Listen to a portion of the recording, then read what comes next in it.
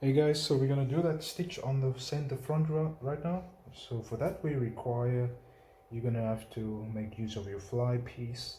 So in my case I already cut another fly piece, but what you can do, you can also use your pattern piece and measure 2 centimeters from the edge. You see on one side you have your curve line, and on the other side you have a straight line. You want to measure 2 centimeters from the straight line, make a line in the middle of the fly piece of your pattern, and then you also want to make a line 1 centimeter from the top. And then what you can do is you can fold that 1 centimeter way up top, and then you can fold them in half on that other 2 centimeter line. But what I'm going to do, I'm just going to overlap mine on my center front line, on this line over here, and then I'm going to place this fly piece on there with those markers.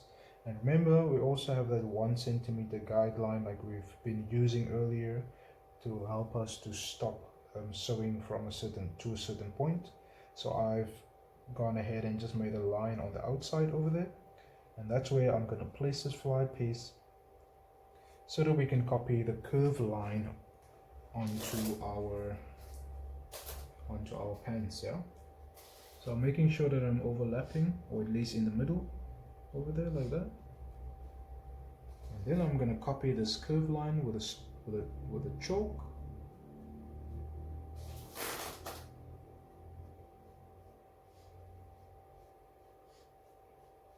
All the way, there we go, all the way to that line, and that's what you want, yeah? And now we're going to jump on the machine, and then we're going to start sewing this line, making it the top stitch, yeah? So after you have copied that line, what you need to do now, you want to unzip your pants, and then you want to only have the fly in your hand, your fly and the center front. You want to grab some pins, you want to just jab some pins in here like that, so that we can keep the fly attached to the front of the pants.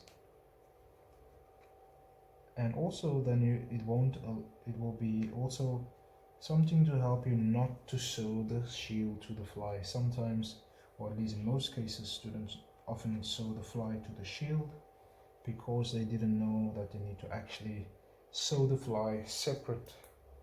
And the pins is just there to guide us to actually keep it together. So what we're going to do now, we're going to pin it, the fly, and then we're going to push the shield away with the other hand like that, so that we can only sew on the piece where the fly is, yeah? And that's what we want. There we go.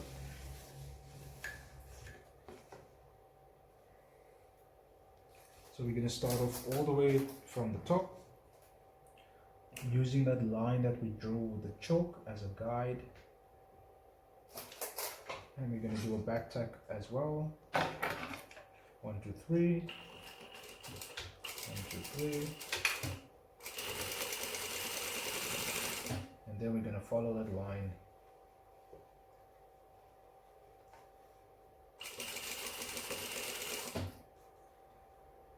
If your pins is in the way, you can just remove it as you are sewing.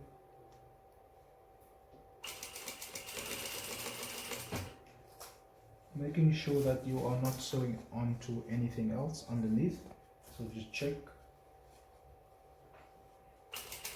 And once you get close to the zip, you can actually move the zip up. And then now you can actually push the fly, the shield, just make sure the shield is out of the way as you are sewing.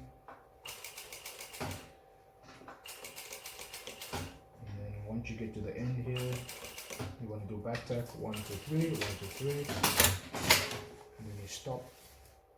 And now you can push the shield back towards the fly.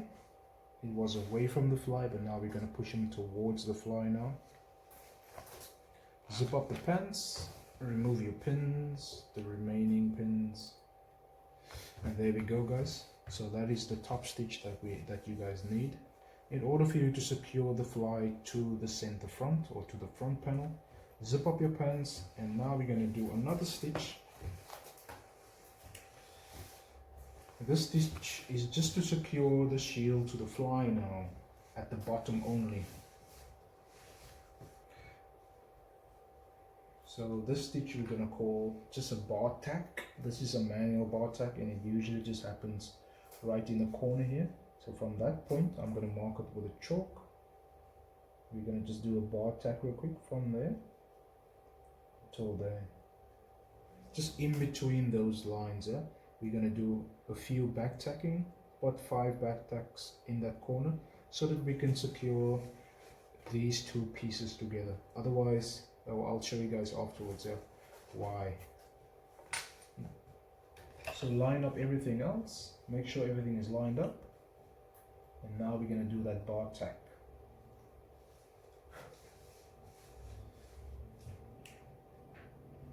Lower your needle. We're going to do 5 back tacks.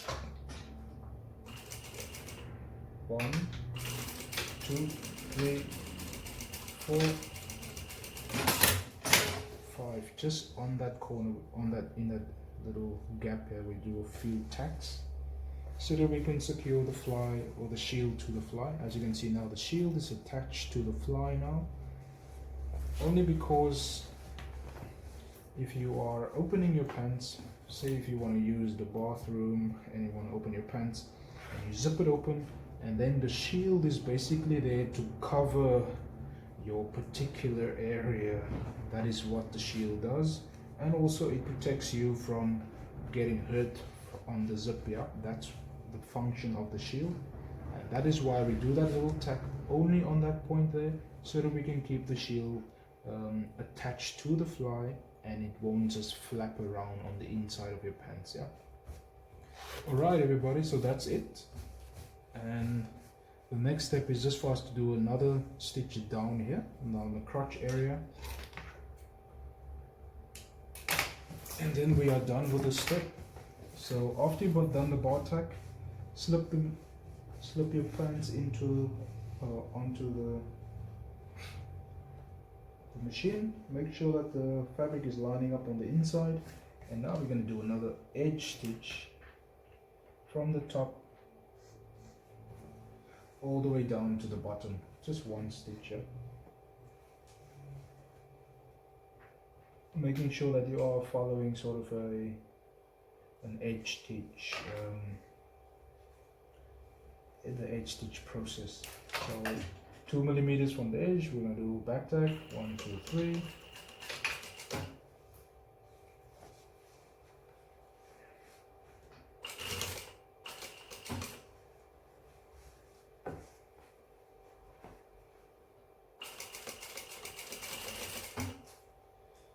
There we go.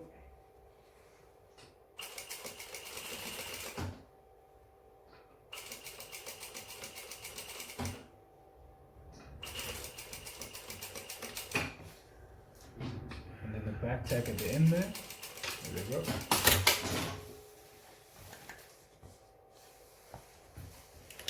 There we go, that's it. And now we are done. But the only thing that we have left now to do, especially for those that has a longer zip, so you might find out at the end that your zip is quite long, you can actually cut your zip shorter.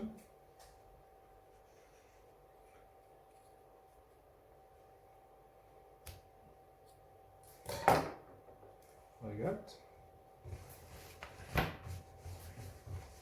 And there we go. And that is how we prepare and sew the fly shield and zip onto the center front of the pants. Cool. And now we're going to jump over to the back, prepare the back pockets, and then sew the back together so that we can put the front to the back, and that will be in the next video. Thanks.